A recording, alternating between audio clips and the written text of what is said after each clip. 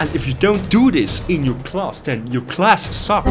So you're practicing martial arts. Awesome, by the way. But if you're like me and you question everything that you do on a regular basis, then you also want to know if a martial arts style or if your style that you are practicing is actually legit and it is worth your time. And I mean, let's take it beforehand. If you enjoy what you do and you don't care about anything else, hit a like and leave the video, then we're perfectly fine. But if you want to know if your style is legit, then watch it. And the first thing is not the obvious, like, do your sparring thing. No, it is something that happened to myself and I was very, very impressed by this. It is actually how my instructor handled the situation when I told him I want to quit, I want to see other things, I want to experience other things, not necessarily quit, but I told him I want to see other things. I'm going to take down or slow down here my training and I'm going to go to another gym to train. I want to see other things. And what he responded is, okay, yeah, do it.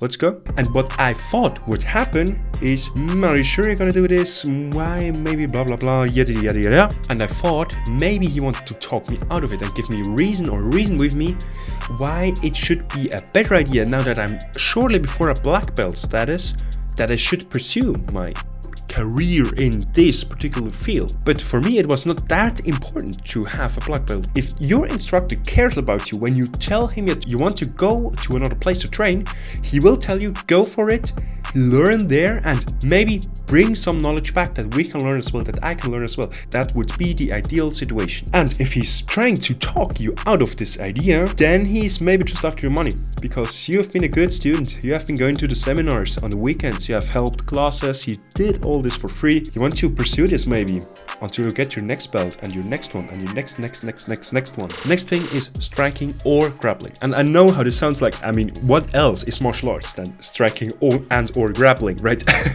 I can tell you a lot of other things. The issue is not that either striking or grappling is lacking.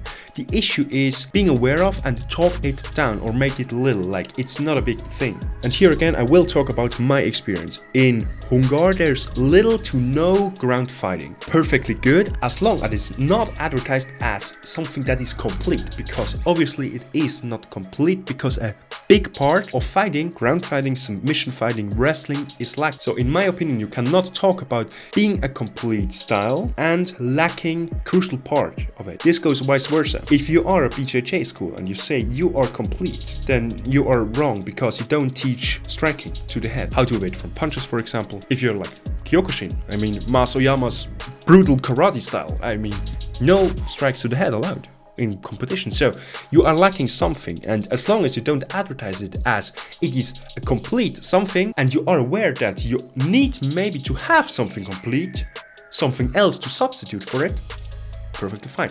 If you don't, then maybe we have a problem there. Okay, number 3, training structure. If you don't have a proper training structure, and I'm gonna explain this, then you suck. And the proper training structure is, I have written down some points here on my screen. I'm gonna read those to you now. You have a warm-up for sure. Then you have stretching, cardio, learn new techniques, apply with the partner, and then conditioning. So you have those 6 things that in an ideal world would be in every training session of your martial arts class. Maybe sometimes you want to focus a little bit more on one side. Maybe you do more of a cardio session to really burn you out. Maybe do more of a lifting session. Maybe sometimes you focus more in the warm-up on stretching, on building the split, for example, or whatever. That is all good, but it's about the baseline. So if your training looks like this, you come to the class, you do a 5-minute warm-up, and then you talk with your instructor, with your classmates about the ifs, woulds, and coulds of the techniques. That's a total no-go for somebody who wants to be taken seriously. Come on. I mean, das geht aber nicht.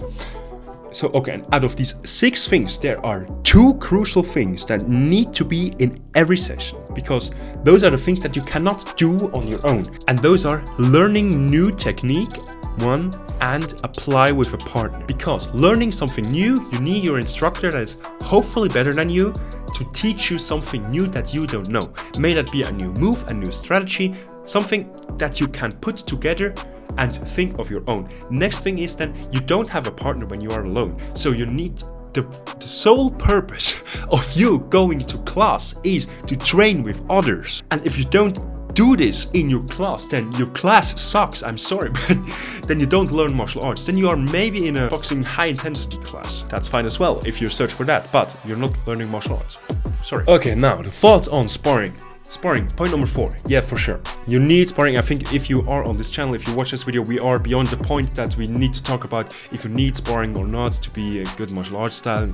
Yeah, come on. Put that aside, go watch another channel. You need sparring, but there is a catch about sparring. The point that I want to make is that it needs to be chaotic and real-life free sparring and not drills. A drill is not really free. I mean, you can make it free, but it is really something else than live sparring, because in live sparring you don't know what you're doing. You can have a drill. For example, I'm taking my friend and we do like jab, punch, low kick and then counter.